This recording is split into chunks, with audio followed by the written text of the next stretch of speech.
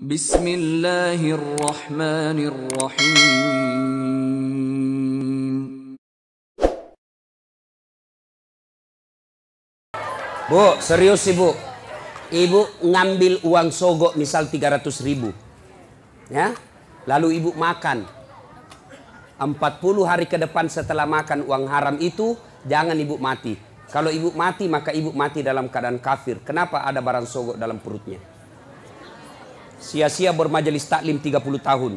Sia-sia mengaji selama 10 tahun kalau ibu mau disogok. Bisa? Ayo, mari ciptakan Balikpapan pil caleg bersih dari sogok. Bisa? Bisa? Bu, jangan ibu. Ibu tidak usah cemas soal perut. Allah yang ngatur rezekinya ibu. Ibu ambil 300.000, berapa kali makan habis, dosanya dibawa sampai mati.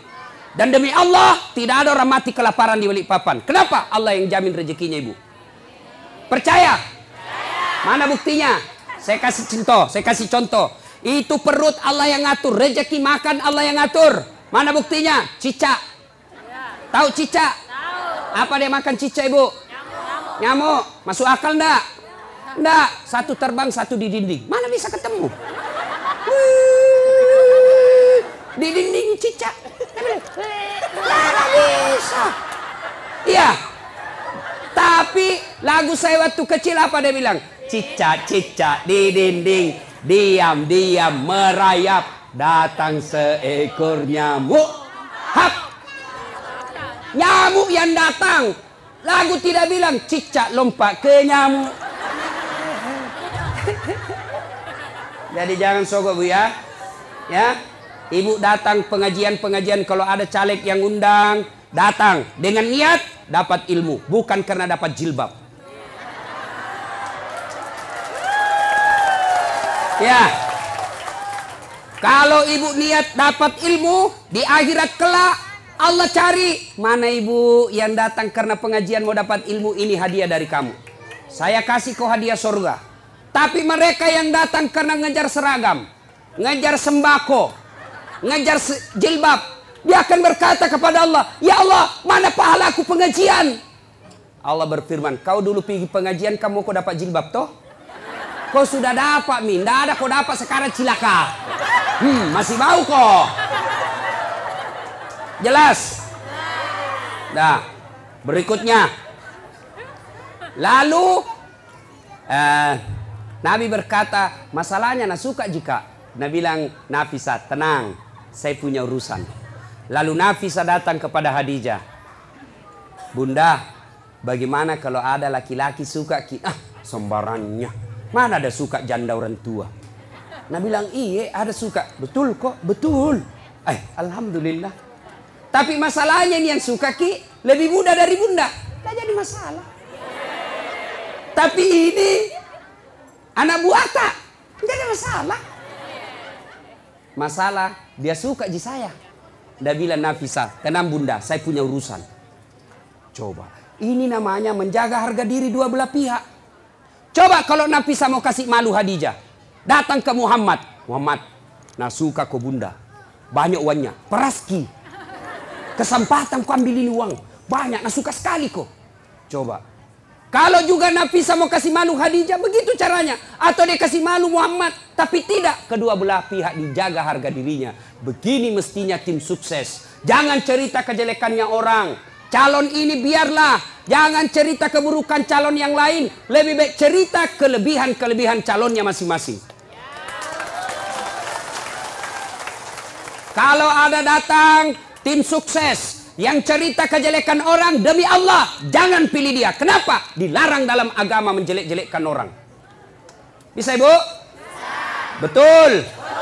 300.000 lewat. Sudah nikah. Khadijah 45 tahun, Rasulullah 25 tahun. Khadijah 40 tahun, Rasulullah 25 tahun. Selisih 15 tahun. Sudah. Setelah menikah, Khadijah sebelum menikah bu, Khadijah sebelum menikah itu kaya. Kekayaan beliau 22/3, lebih dari setengah barang-barang mewah yang ada di Mekah miliknya Khadijah. Bayangkan, kaya. Tapi apa yang terjadi? Setelah menikah dengan Nabi, bangkrut, habis duitnya, kasihan. Suatu kali Nabi tidur di pahanya Khadijah. Tidur di paha Khadijah. Tidur. Ibu-ibu sudah pernah kasih tidur di paha? Nah, ibu-ibu sudah pernah kasih tidur suaminya di paha? Bohong-bohong. Begitu suaminya mau dipakai, gendut sekali. Bagaimana suaminya kada selingkuh? Ibu kada tahu mengurusi. Nah, coba itu Khadijah, ibu. Beliau tidur suaminya. Lalu dia lihat-lihat suaminya dengan wajah yang lusuh, capek. Bukan jelek ya, capek. Kan kentara muka yang capek. Seperti mukanya Ustaz Dasad. Capek bu, capek betul. Dia bilang istriku, mama nyecek, be, kasihan suamiku. Mato ani kasih. Sudah tidur. Lalu Khadijah melihat suaminya dan berkata dalam hati, wahai orang-orang Mekah, ayuhan nas, wahai manusia, kenapa kau benci betul ini manusia? Dia lihat di suaminya, kenapa kau benci betul ini manusia? Tidak pernah bicara kasar, tidak pernah nipu kamu, tidak pernah ngambil barang hakmu, tidak pernah merugikan kalian. Ini manusia kok kamu benci? Khadijah sambil melihat suaminya, menetes air matanya. Pas menetes air matanya, jatuh di pipinya Nabi. Nabi terbangun dan melihat dan berkata, wahai Ummul Mukminin, ibunya orang Islam, kenapa kau menangis? Apa kau menyesal menikah sama saya? Tadi kau perempuan janda yang dihormati, sekarang kau dihina gara-gara suamimu saya. Apa kau menyesal karena tadi kau kaya, sekarang kau miskin? Khadijah berkata, tidak demi Allah. Saya tidak pernah menyesal menikah sama engkau ya Muhammad. Malah saya bangga engkau menjadi suamiku. Cuma yang aku pikir, saya sekarang sudah tua renta. Sebentar lagi ajal menjemputku. Hartaku sudah habis. Siapa yang akan menolong engkau nanti ketika ajal sudah menjemput saya? Orang tidak menghina kamu di Mekah. Orang masih malu menyerang kamu karena ada Khadijah, janda bangsawan Mekah yang disegani. Bagaimana nanti kalau saya sudah meninggal? Siapa yang tolong kamu? Siapa kasihan yang kasih bantu lagi kau keuangan? Lalu Khadijah berkata, ya Muhammad, andai saja besok saya meninggal, engkau kebumikan saya dan tulang-tulangku kau bisa jual untuk membantu dakwamu. Andai tulangku laku untuk kau jual untuk bantu dakwamu ya Muhammad. Cintanya Khadijah kepada suaminya. Kita ibu, bukan cinta, naja suaminya. Baru 1 jam pergi suaminya menelpon, di mana kau pak? Ya kau lisu, pulang kok. Awas kok ndak pulang kok. Ini. Nggak ada di sini. Nah, motor lolos. Bu, halo ibu. Biar ibu jidatnya hitam sholat. Senin Kamis ibu puasa, ngajar ngaji di TKTPA, tapi ridho suami tidak ibu miliki, tidak bakal ibu masuk surga. Bahkan Nabi jelaskan, andai saja boleh manusia sujud kepada sesamanya manusia, itu istri saya wajibkan sujud di depan suaminya. Kenapa bisa Ustaz? Karena ibu harus tahu, kami laki-laki suami tidak boleh masuk surga sebelum istrinya dulu diperiksa. Kalau ibu rajin sholat, ibu rajin puasa, ibu rajin tadarus, suaminya peselingkuh, suaminya tukang judi, suaminya tidak sholat, suaminya pengedar narkoba, tapi ibu alim, muslimah yang baik, tidak ada urusan. Suami masuk neraka, ibu tetap masuk surga. Bahkan Nabi menjelaskan istri yang taat sama suaminya, padahal suaminya pembuat maksiat, kata Nabi, nih 7 surga kau masuki, tadkhulul jannati bisalam. Pilih kau ini 7 pintu surga mana kau masuki. Meskipun suamimu bajingan. Beda kami laki-laki. Suaminya ulama, suaminya penceramah, suaminya hafiz Quran, tapi istrinya tidak pakai jilbab. Suami istrinya suka pi bertetangga bertengkar. Suaminya suka menghasut. Suaminya suka ngambil kue kalau pi pengantin. Istrinya. Ibu-ibu Pak Doko. Yang selalu saya istilahkan ibu-ibu Columbus. Kelompok ibu-ibu pembungkus.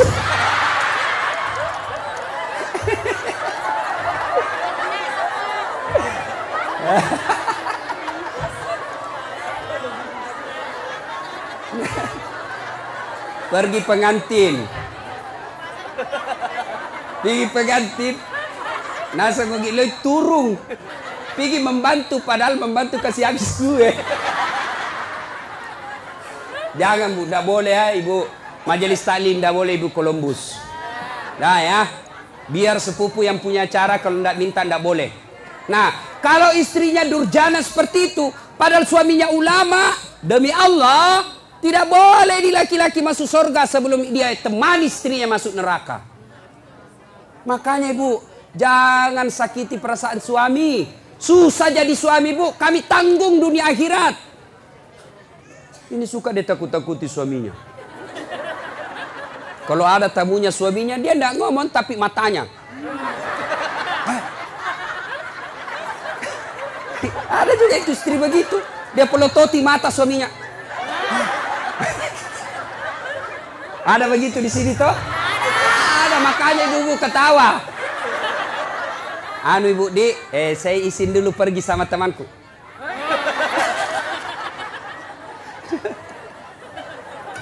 Nah, subhanallah, Khadijah, itulah Khadijah. Karena waktu yang terbatas.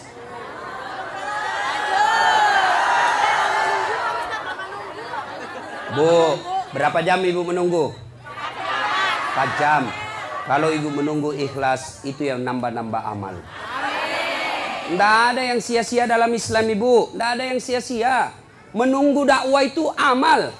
Ibu menunggu. Saya juga menunggu pesawat tadi. Coba sama-sama menunggu. Nah, sampai lagi tadi di pesawat di atas udara lama dia putar-putar. Kubayangkan lagi mamanya Ece.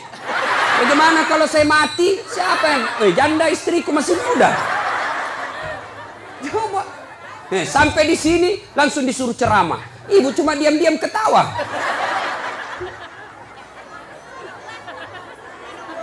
Minum, saya puasa Ibu. Nah, siapa tahu ada yang mau traktir saya buka puasa. Ibu Rahmat Mas'ud tadi sudah telepon saya, Ustaz buka di rumah, bahkan kepiting. Karena beliau itu tahu betul kesenangan saya, kepiting. Masih muda Ibu. Kolesterol, baca bismillah, lari kolesterol. Setan aja dikasih lari itu bukan bismillah, apalagi cuma kolesterol. Nah sudah. Nah, ketika Khadijah radhiyallahu istri Nabi sakaratil maut. Madangi. Waktu itu Nabi usianya 45 tahun, Khadijah 65 tahun. Bayangkan Ibu, Khadijah sebelum menikah sama Nabi kaya. Tapi ketika Khadijah sakaratil maut, baju yang dia pakai, baju yang sudah 8 kali tambal. Tahu tambal? Tahu? Bahasa Perancisnya tepengi. Robe tambal, robe tambal, robe tambal. 8 kali tambal. Dan tambalan yang terakhir, tambalan ke-8, tidak lagi pakai kain. Kenapa? Tidak ada lagi kainnya Khadijah. Akhirnya apa? Khadijah menambal bajunya yang bolong ke-8 kalinya dengan cara apa? Dengan pelepah daun kurma. Miskin. Ada kira-kira ibu-ibu mau begini? Kaya, sudah menikah, langsung miskin. Dia bilang, gara-gara kaum itu suami kau adalah. Saya banyak uangku tadi kau kasih miskin kah? Keluar kau dari rumah. Khadijah tidak. Masya Allah. Khadijah ketika sakaratil maut sakit, dia panggil anaknya. Siapa namanya anaknya? Fatimah As-Sahra. Dia panggil, Fatimah ta'al. Anakku sini dulu. Dengar ini baik-baik Bu. Sini dulu nak. Ya Bunda. Sampaikan ke bapakmu dulu nak. Kau pergi mintakan Kak Serban. Tahu Serban? Tahu Serban? Itu seperti nak pakai Pak Nur Hadi. Serban. Tapi itu kan gaya-gaya. Tuh. Serban. Kata Khadijah, Fatimah, lo koyolo kuambuk muna.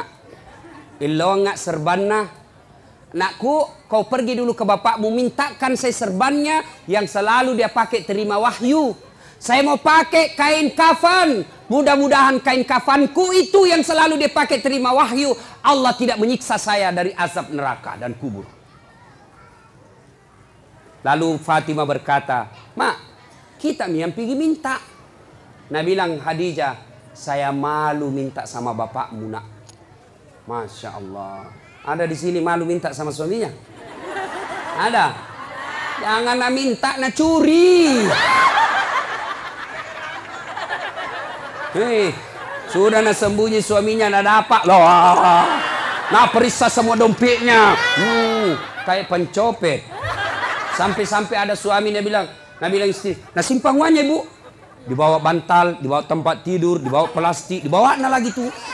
Dibawanya lagi tuh dos-dos. Kan dibawanya lagi naik bungkus plastik 4 lapis. Dia bilang, dah dapat istrinya. Langsung istrinya bilang, Pak, uang apa ini? Langsung dia bilang suaminya, uang sial. Maksudnya apa? Baten aku sembunyi kau dapat ji. Ini ibu-ibu sekarang ini pandai cari uang. Iya toh? Pandai cari uang. Di mana saja disembunyi dia dapat semua.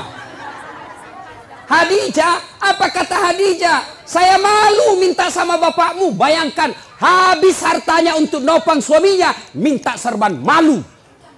Bayangkan. Didengar sama Nabi. Dengar sama Nabi. Nabi lalu datangi istrinya. Ya Ummul Mukminin, habis hartamu untuk bantu dakwah. Capuk waramparamu malolo tulung. Hanya ini serban yang kau minta dan itu pun kau malu menyatakannya. Nabi menetes air matanya.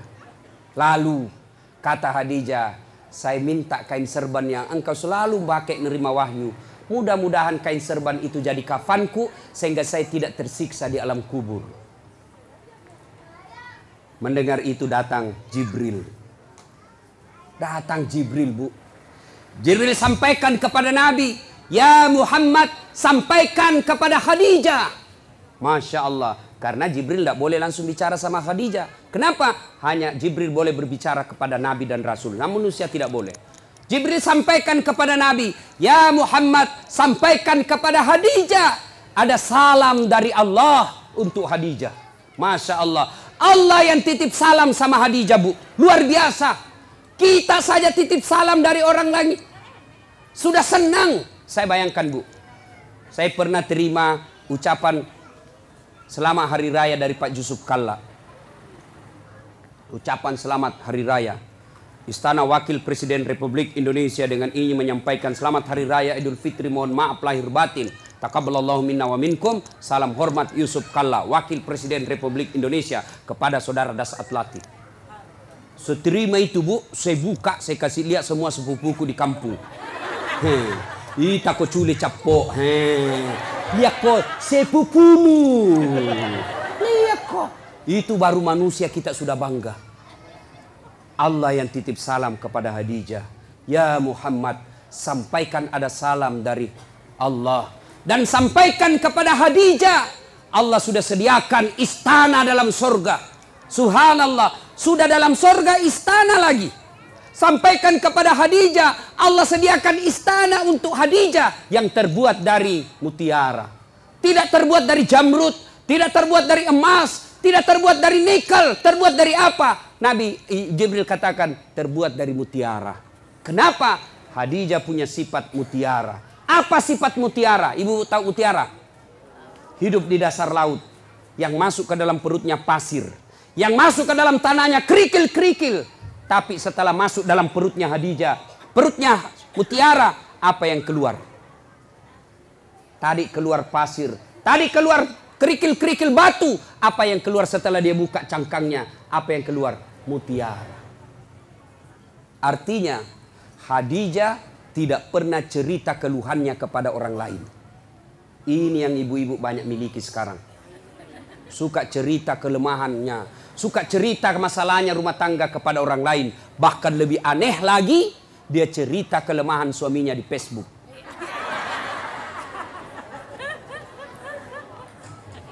Bu, apa ada manusia tidak punya masalah? Ibu kira-kira yakin enggak Khadijah penuh dengan masalah dalam hidupnya? Khadijah banyak masalahnya dalam hidup. Beliau kadangkala melihat Rasulullah kelaparan. Di depannya lapar Rasulullah. Sampai pucat beberapa kali tidak makan. Beliau melihat dengan mata kepalanya. Rasulullah dihina oleh pamannya. Dilihat dengan mata kepalanya sendiri. Khadijah, apa dia pergi cerita? Tidak. Jadi kalau ibu mau punya sorga, istana dalam sorga, maka ibu punya sifat seperti Khadijah. Apa sifatnya Khadijah? Jangan suka cerita kelemahan rumah tangga. Apa tidak boleh mengeluh? Boleh. Apa tidak boleh curhat? Boleh. Apa tidak boleh mengungkapkan perasaan? Boleh. Tapi kemana? Kepada Allah. Yang dilarang cerita ke medsos, cerita ke tetangga. Ya, ibu-ibu, ada di sini tidak ada masalahnya? Oh, dalam rumah tangga ibu semua orang punya masalah. Contoh, dia bilang enaknya itu Ustaz, kenapa? Gagahnya suaminya. Ibu, suami gagah masalah. Kenapa? Dia goda orang, Bu. Apalagi kalau istrinya jelek. Lebih masalah lagi itu. Suami gagah, istri jelek, masalah. Berarti bagus kalau suami jelek, Ustaz. Suami jelek dihina orang. Kita lagi malu jalan sama dia. Duluan aja Pak, saya menyusul. Suami gagah, masalah. Suami jelek, masalah. Berarti bagus kalau tidak ada suami. Ya bagus Ibu. Nabi lagi ke orang Gasturi, gadis tua Republik Indonesia. Coba.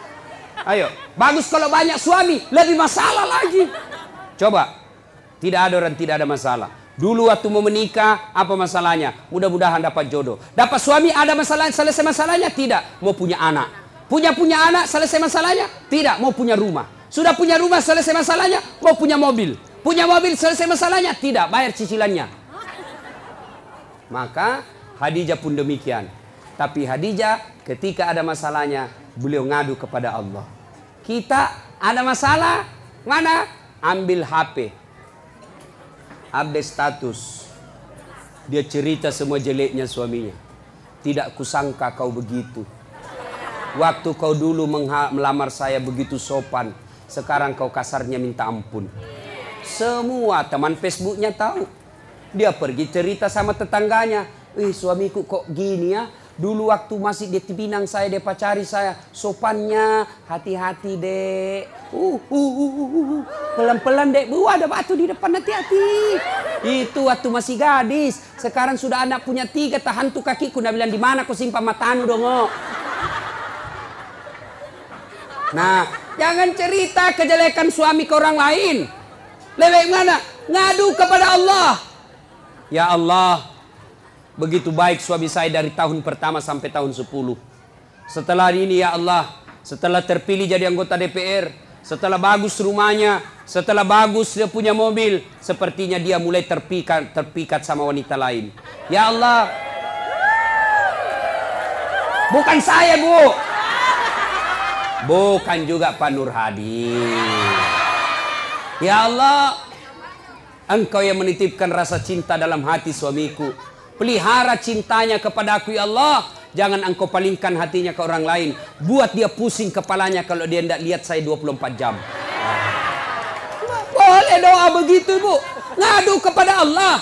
Ya Allah, saya lihat suamiku makin hari makin kasar ya Allah. Aku tidak mampu mendidiknya ya Allah. Tapi engkau yang memberi hidayah. Berikan hidayah kepada suamiku ya Allah. Supaya dia menjadi suami yang menjadi imamku dunia akhirat.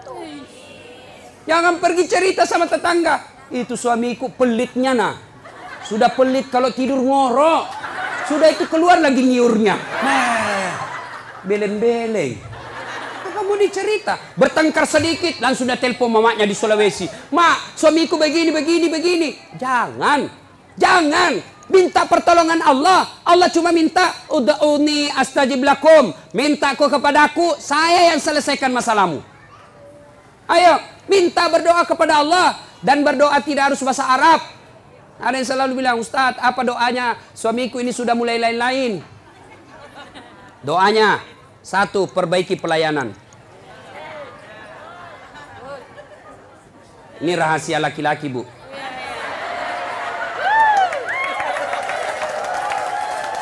Bu, yang kedua, hormati mertuanya, muliakan orang tuanya, saudaranya juga. Yang ketiga, ibu harus selalu cantik di rumah. Yang keempat, jangan bicara kasar sama suami. Kalau ibu mampu lakukan ini, suami mau kawin lagi, maka ada yang bantu ibu. Siapa? Mertua. Maka datanglah mamanya, hehehe. Agak si melo ma bene.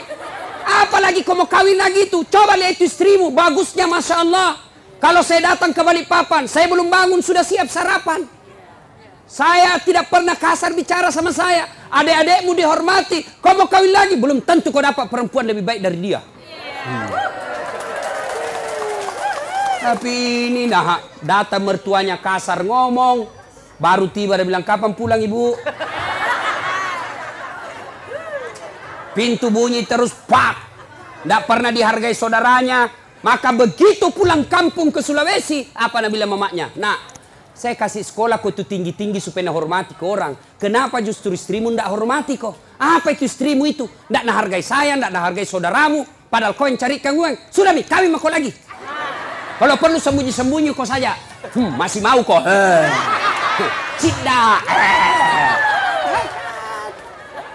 Itu laki-laki bu terbantu perempuannya.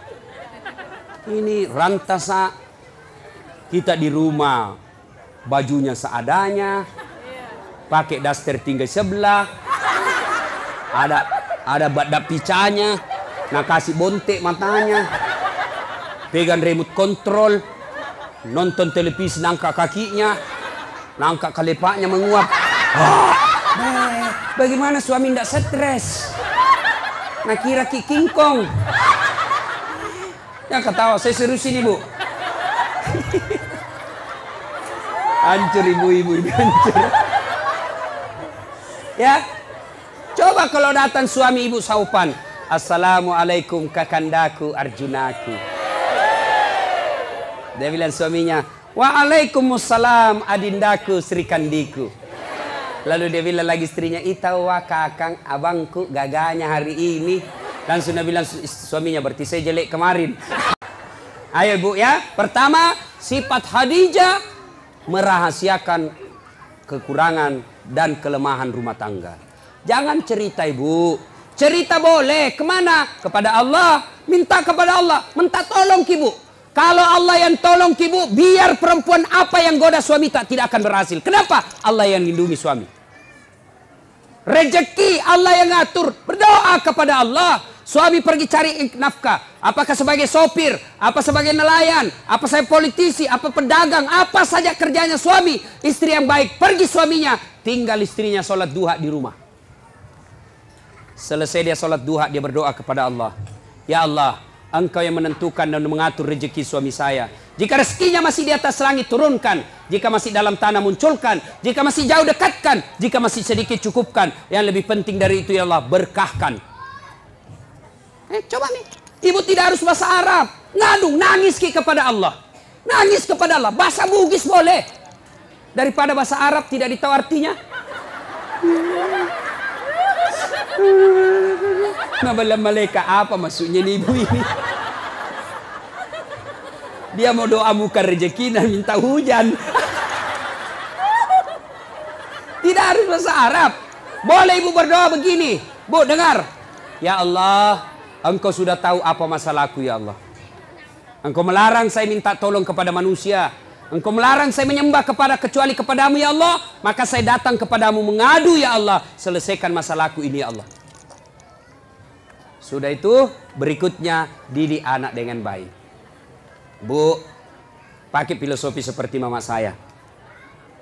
Biar saya miskin. Biar minda ada sekolahku.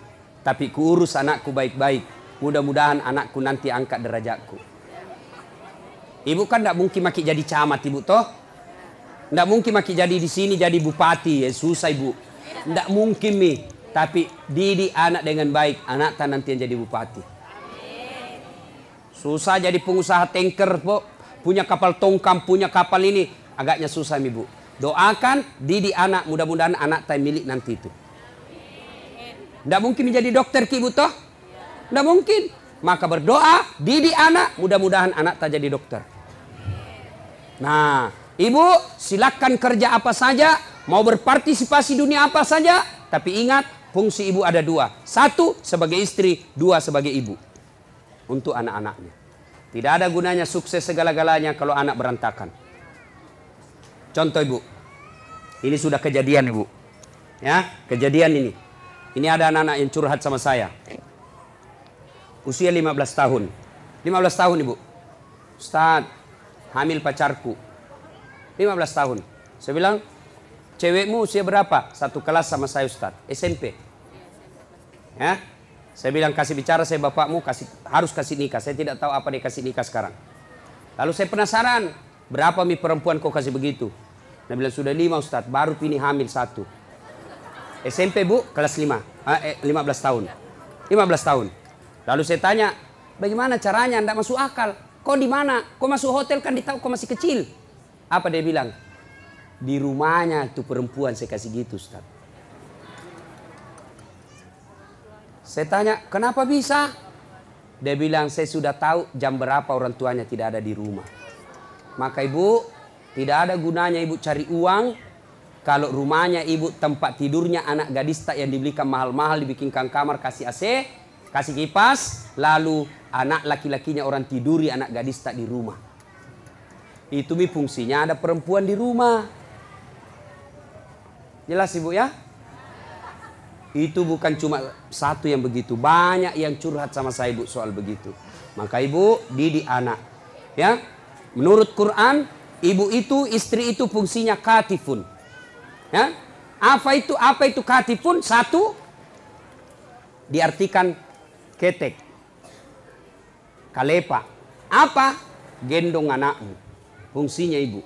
Sekarang siapa yang gendong anak tak? Kareta. Dorong-dorong. Sambil menyanyi. Dorong-dorong. Tidak pernah gendong anaknya. Maka jangan heran anak-anak sekarang tidak dekat hubungannya sama orang tuanya gara-gara tidak pernah digendong-gendong anaknya. Masih 2 tahun nak kasih PAUD. Apa itu? Pendidikan usia dini. 4 tahun nak kasih masuk TK. 7 tahun SD. Kapan kita didik anak tak? Cepat sekali nambil orang. Gurunya didik. Pendidik sebaik-baiknya bukan gurunya tapi ibunya. Yang kedua, fungsi ibu menurut Quran. Apa itu? Katifun diartikan dada. Apa itu? Menyusui. Siapa yang susui anak tak sekarang? Siapa? Cak sapi. Akhirnya anak tak sifatnya seperti sapi. Ya? Sekarang tidak mau lagi susui. Nah bilang anu Ustaz, biar seksi. Bahkan ibu-ibu milenial tidak mau melahirkan, semua mau dibelah. Coba. Nah ibu bapak, karena waktu yang terbatas, insya Allah lain waktu dan kesempatan kita akan lanjutkan. Saya menitipkan, jadilah istri seperti Khadijah. Insya Allah. Ibu, kalau ibu susah, ibu sabar. Suami tidak sholat, ibu sabar. Suami tidak nentu pekerjaan, ibu sabar. Maka Allah janjikan, innallaha ma'as sabirin. Allah bersama.